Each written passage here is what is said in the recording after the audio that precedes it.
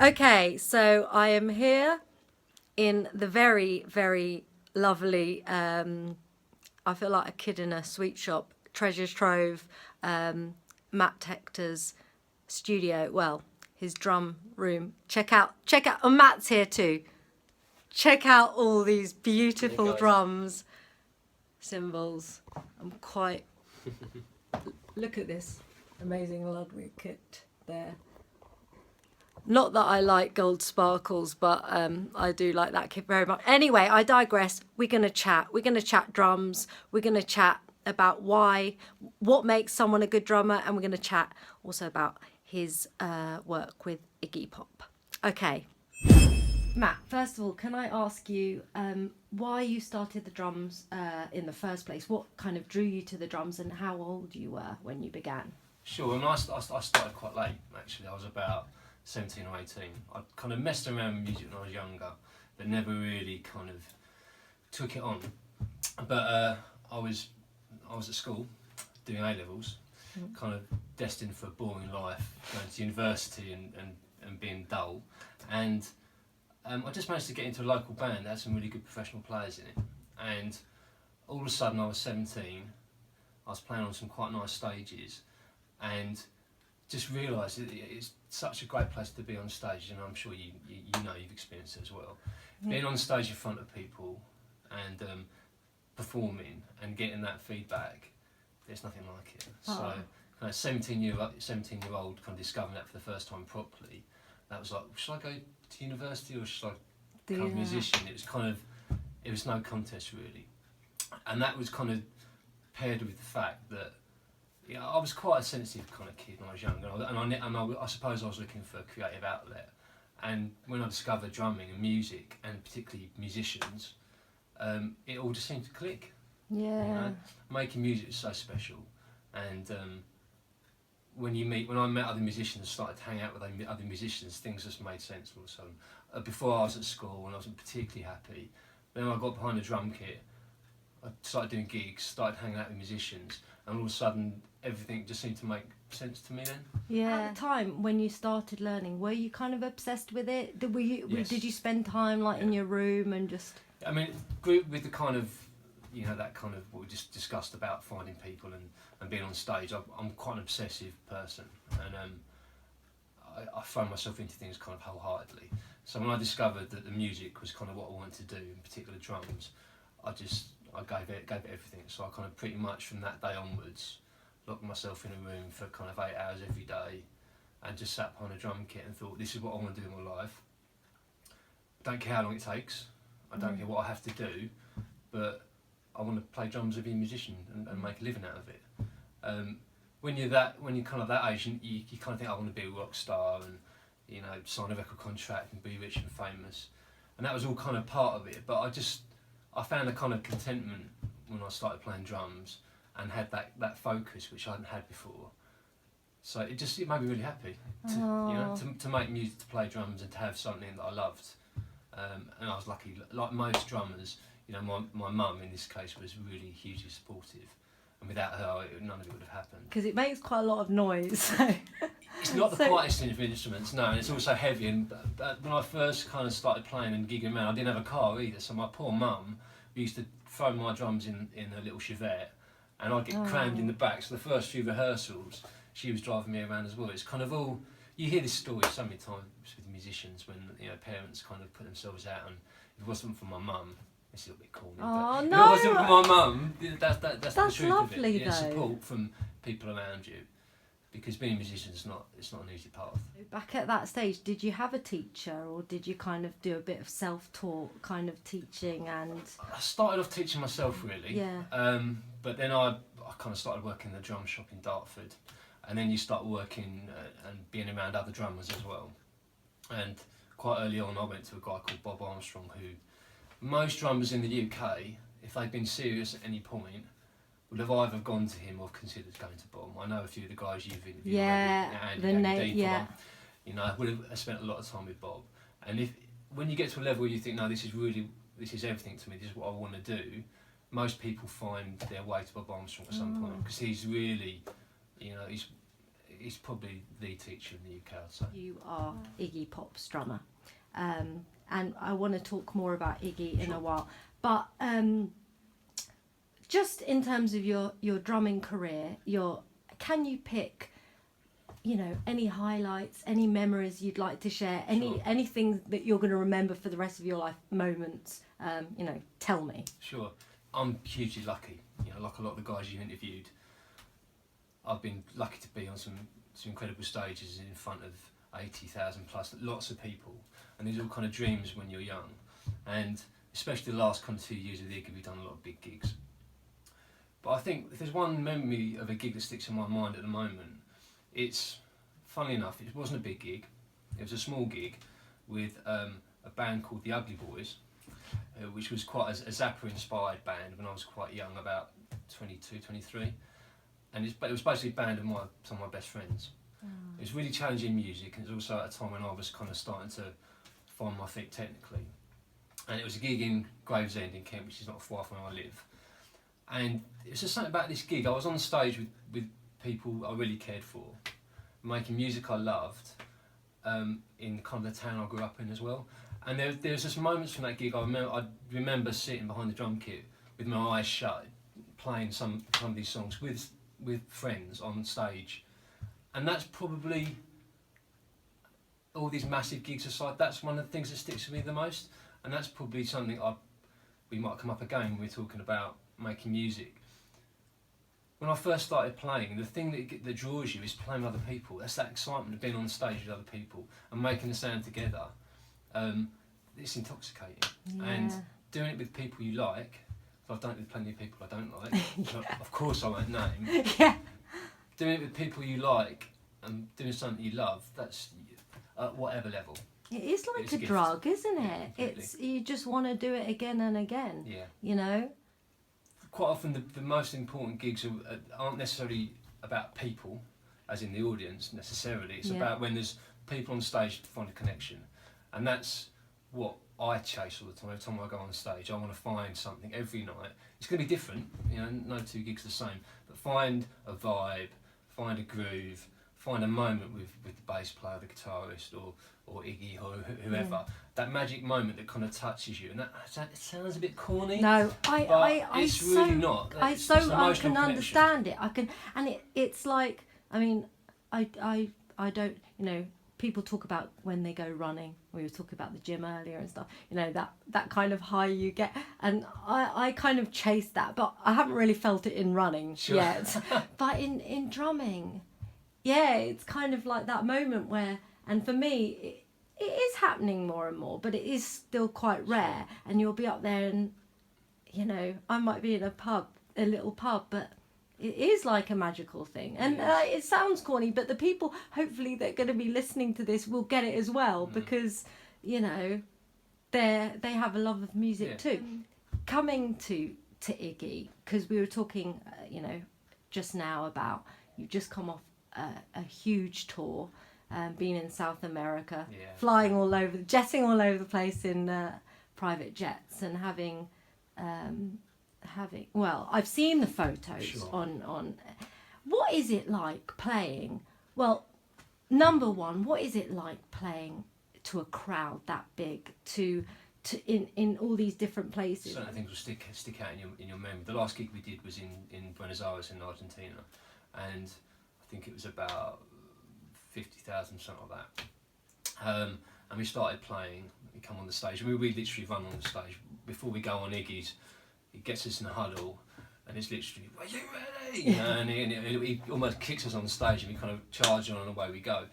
But in Buenos Aires, literally the whole crowd, if you can imagine that amount of people all jumping at the same time, and just the crowd was like a sea of people moving. And that I've got some drum. I've taken a lot of drum cam footage, so I'll be putting stuff up at that soon. But seeing that it kind of took our breath away. I remember looking over at Kevin, the guitarist MD, and we were like, "Whoa!" We were playing "I Want to Be Your Dog," and the whole crowd were just leaping up, and the noise was incredible, and the energy you must get. It's phenomenal. It is phenomenal, and I'll never take it for granted. But obviously, what you do sometimes, you have to focus on what the job in hand. course. So Yeah. it'd be easy to kind of go, yeah, I'm on stage with 8,000 people. Whoa! Oh shit! I've got to concentrate on what I'm doing, because Iggy's a very knowledgeable guy musically, as well as everything else. He's a wise guy. So you need to be on your game. So if you get distracted by anything, Yes. that's just not something you can really get away with. So especially at the high level, you expected not to drop any balls. You still do, because we're all human. Yeah, of course. But that needs to be a very rare thing, really. How do you personally get in the zone for a gig like that? I mean, you say in the last few seconds, it's like, come on, we're going to do it. But like, are you kind of in a dressing room on your own? Do you have a practice pad? Are you warming up? Do you want to talk to people? Do you want to be left alone? What's it like for you? The band kind of with Iggy, we obviously got our own dressing room, and you generally find just before the gig a kind of calmness comes down. Everyone's just kind of concentrating on what's in hand. So sometimes we have a little joke and a giggle, but I've kind of found over the last 2 years touring that I've got myself into a kind of routine. On a gig day, I'll warm my hands up during the day on a practice pad in the hotel room. Maybe just run through a few of the things that appear in the set, just to, Iggy's all about feel, not so much about technique. So locking down vibes in your mind, I'll do that sometimes, because some of his tracks particularly have got a swing to them, and I'll reference the original even after I've played it a lot of times. Every now and again I'll just check back to the original, because what you'll find if you listen to most bands live, things kind of evolve from where they started in the studio. So just to kind of rein that in a bit, I'll always just have a little quick listen to where the song was originally, just reference that. Then I'll warm my hands up. Then we generally get picked up. We go to the venue, have some food. This is all a bit boring, but what it's demonstrating is a kind of a routine. Yeah. Which kind of almost like getting a child for bed. It's a very God. Yeah. If you train them by being a good routine. I need to do that a bit more. Yeah. We were chatting about that. Putting babies to bed. But do you know what I mean? You get used to, I'm doing this, I do that, and then I do this, and then before you know it, you're on stage and you play and the gig's over. Yeah. That kind of helps me. Iggy's very much like that. Iggy has a very set schedule to his gig days. Okay. So that's kind of what's been happening. I mean, I have tried, funnily enough, I've tried sometimes not to warm up and not to get kind of in the zone and just kind of walk on, and I've experimented with that, not with Iggy. Yeah. But I've experimented with that on other gigs, and that's sometimes it works, sometimes it doesn't. So being a drummer, your job's your foundation, so you need to be reliable, strong, tight. And it's physical, and you want to warm your muscles, and it's I find it. I mean, do you like do paradiddle? Is there any specific exercises you do, or or do you do complicated things, or actually do you just do 5 minutes before you do kind of the more specific stuff? I generally do quite basic stuff around my left and right hands, involving just single strokes on each hand, and building accents. So you kind of, because I don't have to, it's not really about chops with Iggy, there's no point in me getting super fast, it's about everything being strong. Okay. So I'll sit there playing accents on my left hand at varying speeds for kind of 10-15 minutes, and then do other stuff. But it's kind of quite simple stuff that I warm up with Iggy, just making sure everything's moving right. So I know some guys go for a whole set of different rudiments, but I remember watching Vinny used to talk about warming up quite a long time ago, and it kind of stuck in my mind. And he said he would just sit there with a click sometimes, or even without a click, and just practice his backbeat, making sure it's in the right place. And the technique side of stuff, you should already have that, but just literally almost single strokes, do it with the click, making sure he's really crisp and tight. And that's kind of the approach I have, less about super chops, at least on this gig anyway, more about trying to find that backbeat. I mean, I'm sure if Gad spoke about that or not, backbeat, but... Well, yeah, so someone, I've got this saying that was given to me by a good musician friend of mine, which is, it's all about the 2 and the 4. Yeah. And he said that to me when a couple of years ago when I was starting out, and I kind of always held that dear in that just keep that backbeat going. Yeah. Keep it strong. That's the foundation. Don't do anything that's gonna I'm not gonna swear on camera, but mess with that, you know. Let's go on to talking about Iggy, because obviously how did you end up working with Iggy Pop, and just can you give us an insight into what a performer he is, what charisma, what stage presence, what stage antics, Sure. you know, has he done crazy things, you know, just give us a bit of an insight. First tell me how you got it. Okay, well, the gig. The guitarist MD of Iggy's band is a guy called Kevin Armstrong, who I worked with for a long time. When I was working with Thomas Dolby, he was an incredible musician, keyboard player guy who kind of originated in the 80s, but his kind of reach goes a lot further than that. But I was with Thomas for quite a long time, and Kevin was a guitarist with that as well. Now Kevin also played with Iggy the first time around in the 80s when they did the Blah Blah Blah album. Okay. So that's his original connection. And then recently, I think I'd just come back after being away with Sinead O'Connor, and Kevin rang me and said, look, I've had a call, they want me to put a new band together for Iggy, a new solo band. I've already got a drummer in mind. There's a little crack in the door that you know, there's a small possibility that you could have a shot at this if you can send me some stuff. Now at this point, I wasn't really a punk drummer at all. You know, I've moved into rock over the years, but my origins are elsewhere. They're not really heavy rock. Okay. So I had to kind of almost change myself and my style. So, but what I essentially did in a cab on the way home was I rang up a friend, a filmmaker, and he came down with a load of cameras, and we shot a video 2 days later. I gave myself a mohawk, you know, just ripped some clothes up so it looked a bit tougher, and I just played for 20 minutes and we videoed it multi-angles, and it came out pretty well. And I sent that to Kevin, he sent it to the management, and they loved it, and I got a gig. Wow. So it was kind of one of those, I think what you find with opportunities, sometimes they just appear out of nowhere. You've got to grab them. You've got to grab them, you've got to squeeze the life out of them, don't let them go, give it everything. And that's kind of what I did. Literally, I'd been home for hours and I was already organising the video to try and get this gig, because I mean Iggy Pop, so that's a massive gig, it was a big deal. So that kind of luckily got me the gig. Do you get distracted when Iggy Pop is up there in front of you? Well, you're a professional, so probably. Does he ever come up to the drums? I've never been distracted with him. I remember the first time we met, we were in rehearsal studio in London, and he came down, and we were already rehearsing a couple of tunes, and he walked in and just launched straight into the song, and straight away it's just a huge ball of energy. You know, he's 69 now, but there's more energy out of that man than anyone I've ever met. So whenever he's singing or whenever he's with you, that you don't get distracted. No. I've never been distracted. If anything, you know, he quite often you know he'll be on the bass drum screaming at me while he's singing, and I love that. Yeah. So I've got quite a few photographs of both of us screaming at each other, and that's what he inspires out of me.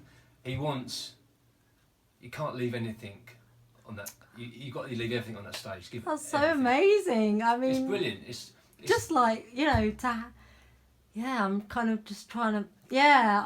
What a vibe! What an energy to have that. It's brilliant. I mean, I think it's the second gig. He stage dived. You know. Oh God. And I've got footage that 68 then he was. He's just got so much. This is why he's still relevant now. Yeah. And why young people still get him now, because he's just a ball of energy and passion and aggression, and you know, all good stuff as well. You know, there's a lot of love in that man. Yes. There's but that punk spirit, I think a lot of people kind of think punk's negative. It's this complete opposite. I think it's that freedom just to go F you know, and that's what he does to just about everybody.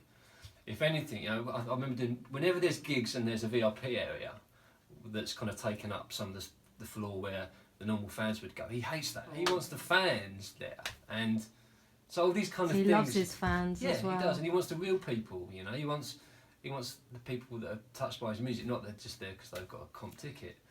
So, yeah, He's incredible to play with. And what's he like? What's he like off stage? Is he like totally different?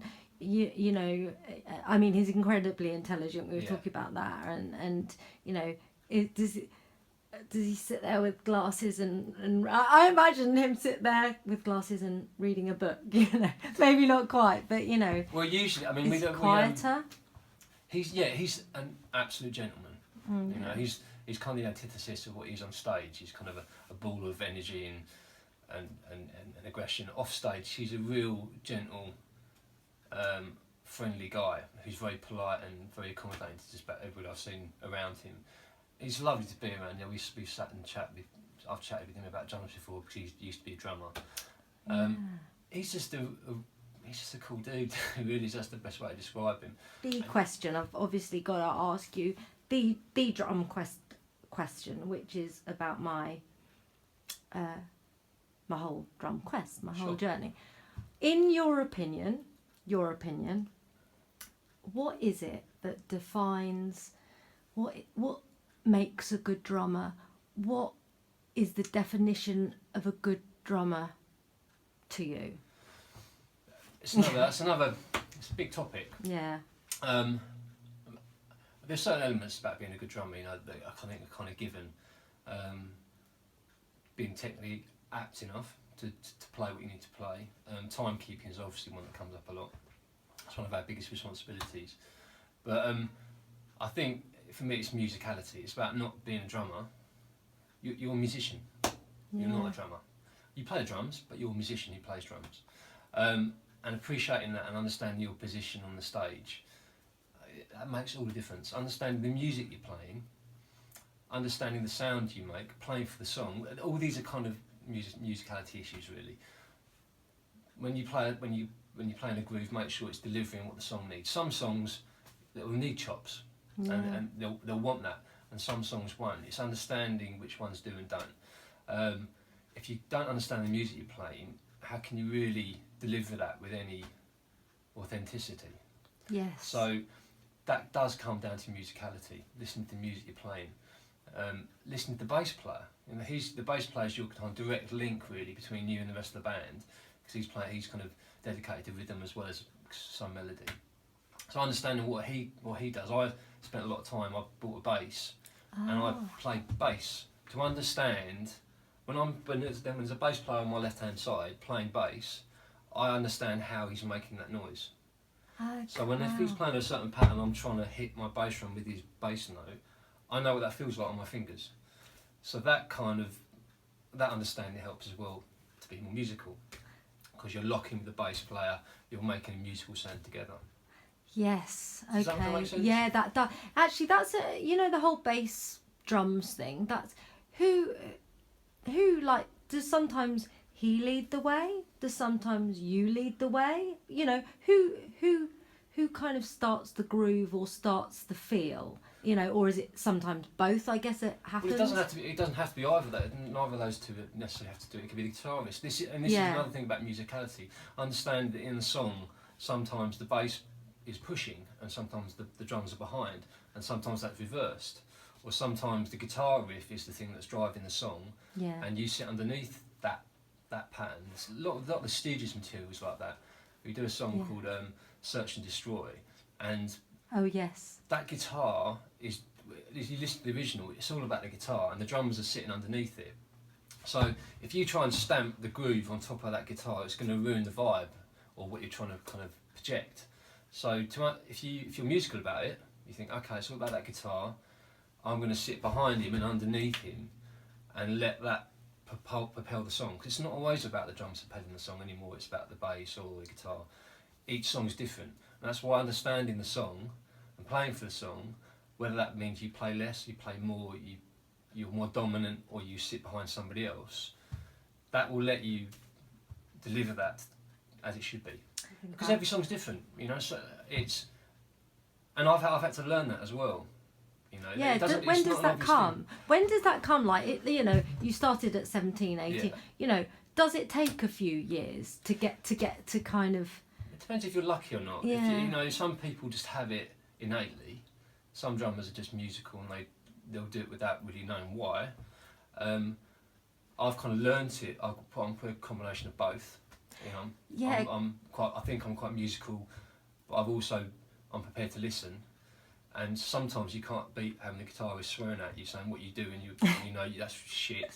Stop doing it like this. Yeah. And playing with older guys when you're younger, these people are teachers as much as any drum teacher will ever be, especially when you're on the stage in front of a large audience. When the guitarist is looking over you and he's not happy, or the bass player, or the MD, or whoever, or the singer, You've got to do something. you're doing something wrong. Yeah. Yeah. And being aware of that, having your eyes open and taking in what's around you rather than just thinking, okay, yeah, my other stroke's got to be up, that's it, and the gig's gone. Forget that. When you're on stage, it's all about that moment, not about the practice room. You're playing that song. How's everybody else feeling this? How's the audience feeling it? That's another one. Yeah, because I guess there must be certain times. Well, we talked about that. Just the bouncing of the audience when you can just feel that they're on the up and you want to take them there. Well, that's another great thing. When you play in front of big audiences, you can see that fact kind of borne out.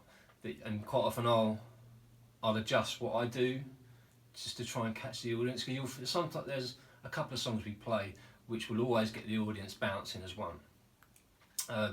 If you play at the wrong tempo, they won't do it. They won't kind of feel it. So if you're there from the off, but it can be a different tempo every night. It's weird because people are different and the vibe's different. But if I'll consciously keep an eye on the audience, and if they're not feeling it, you can see it. But then when you start to put it in the right place, and you can see, 50,000 people start to move as one. It's like, yeah, there we go, and then you hold it there and just that's. I'm excited talking about it. Yeah, it's the sweet spot. It is so exciting. I mean, Lust for Life obviously is the big one that a lot of people have heard. When you play that, do they all go nuts? Yeah. Yeah, I mean, if you're an Iggy Pop gig, and that drum pattern starts, everyone knows exactly what it is. Yeah, it's a very cool drum pattern. Yeah, it's brilliant. I love it. I mean, it took.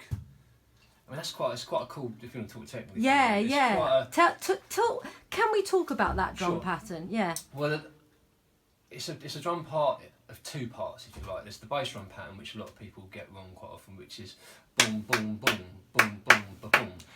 There's three bass drums at the beginning. A lot of people they miss that second bass drum. Right. So that's the first part of it, and it's kind of lazy. And on top of that, there's a particularly pushy quarter note hi-hat and the snare drum on 2 and 4.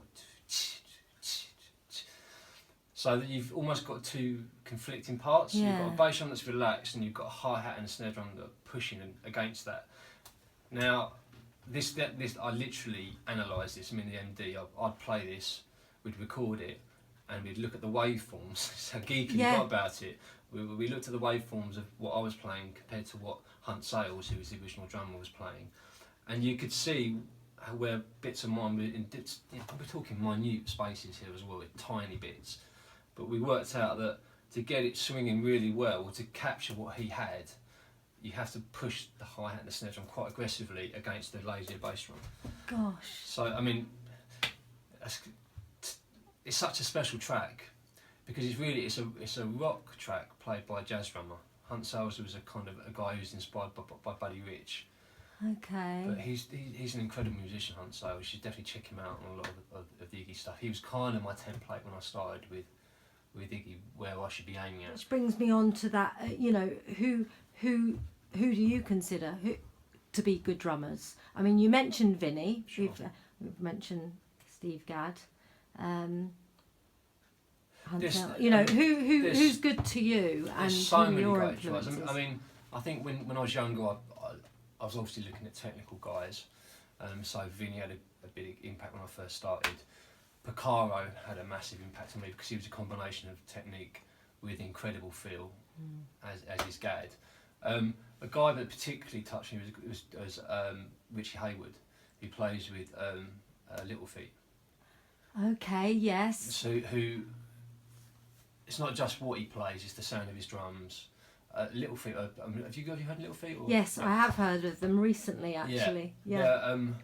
They're kind of jazzy, bluesy, country. There's a lot of elements to them. A lot of musicians love Little Feat, but Richie's feel was legendary. and his sound, the way he plays, he influenced me a lot. But then after that, I spent a lot of time really kind of living in listening to Hunt a lot, just to kind of immerse myself in the kind of culture of Iggy, and so I spent a lot of time listening to him. He's an incredible musician. There's so many great drummers, not to mention Ringo and Charlie. Yes. You know, who just the way they play, and we're talking about playing for songs. They're completely all over that. As is Stevie Wonder. Stevie Wonder's a great drummer. Really? Yeah, I a lot of didn't stuff. know A that. lot of his music he plays drums on, and he's not really hampered by technique particularly. He just plays what the song needs. So there's so many guys. I mean, as I've kind of moved from style to style, learning different things and understanding different things, I've had an appreciation of so many guys. There's not really one guy.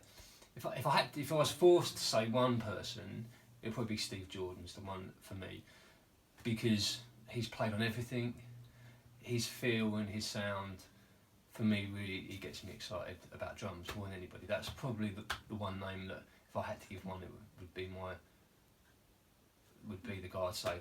Again, because of his musicality, that's what I respect. Yes. Talking about me and other learner drummers, Yeah. right, that are starting, that have been playing for a few years, you know, give me some Matt pearls of wisdom, and Okay. and I'm listening. I've got my ears open. That's kind of a tough one, because you kind of, I think, if I was sitting down with someone specifically and they asked me that question, which is probably easier Yeah. for me to approach it, it'd be, well, what do you want to do? You know, where do you want to go? What do you want to get out of playing drums? It's a hard question. If there's one thing that did me the world of good to improve, was to play with as many people as I possibly could. Any gig I could do, anywhere I could do it, I would do that routinely. Yeah. And I'd push myself out of the comfort zone. You hear that kind of cliched blue sky thinking kind of crap a lot, but don't be afraid to put yourself in a situation that's uncomfortable. Yes. Because that will make you better, and it will make you stronger, and you'll learn from it. There's, for every kind of one, for every 10, I'll say the same. Every one gig you do, that's worth 20 or 30 drum lessons. One gig Yes. is a lesson. You'll learn so much from every gig you ever do. You'll see what the audience do. You'll make mistakes. You have an argument with the guitarist. You'll be late, or the drums will sound wrong. You'll learn something new almost every single night. Every gig is another mile on your clock. I mean, apart from anything else, gigging. I love it. When I taught when I was younger, when I talk to people I've been teaching about going and playing a gig, I get excited thinking about it. There's nothing like being on the stage with a bunch of musicians playing in front of a lot of people, playing music together. Nothing touches that. The drum room and the practice room is great, because it's a means to an end, or it can be just a thing you enjoy. But anyone that came to me, I'd always say, even if they just wanted to play in their bedroom, don't be ridiculous, get out there. That's what really caught my attention and passion. It was doing it. There's nothing like, when it goes well, there's nothing like. Do you know, I'm so like, I'm really inspired now. When I leave here, I want to do a gig like this afternoon. Unfortunately, I can't do that this afternoon. But you know, that is so true. Do it, and that is a. I mean, that's kind of very basic. That's very kind of simplistic. But I like the way you say it. It's like, it's the best thing in the world. It's exciting. It's exciting. Spend your life doing the things you want to do, not preparing for them. But prepare for them by all means. But you've got to do it. That's where the payback is. Being on the stage playing drums is just fantastic. it's good for. Do you know? I think on that note, I'm gonna come over. Oh no! I'm gonna come on. Let me Come on. shake these drummer Let's do it. hands. Awesome. Right, I've got to say, loved hearing about that. Thank you. Thanks, guys. And Mat Hector in the house, in the drum room. Respect. I'm going to do our Iggy sign off. Which, Mum, close your eyes. Don't watch this, because how? Yeah. Okay. Tell me how we As do it Iggy again. would say goodbye.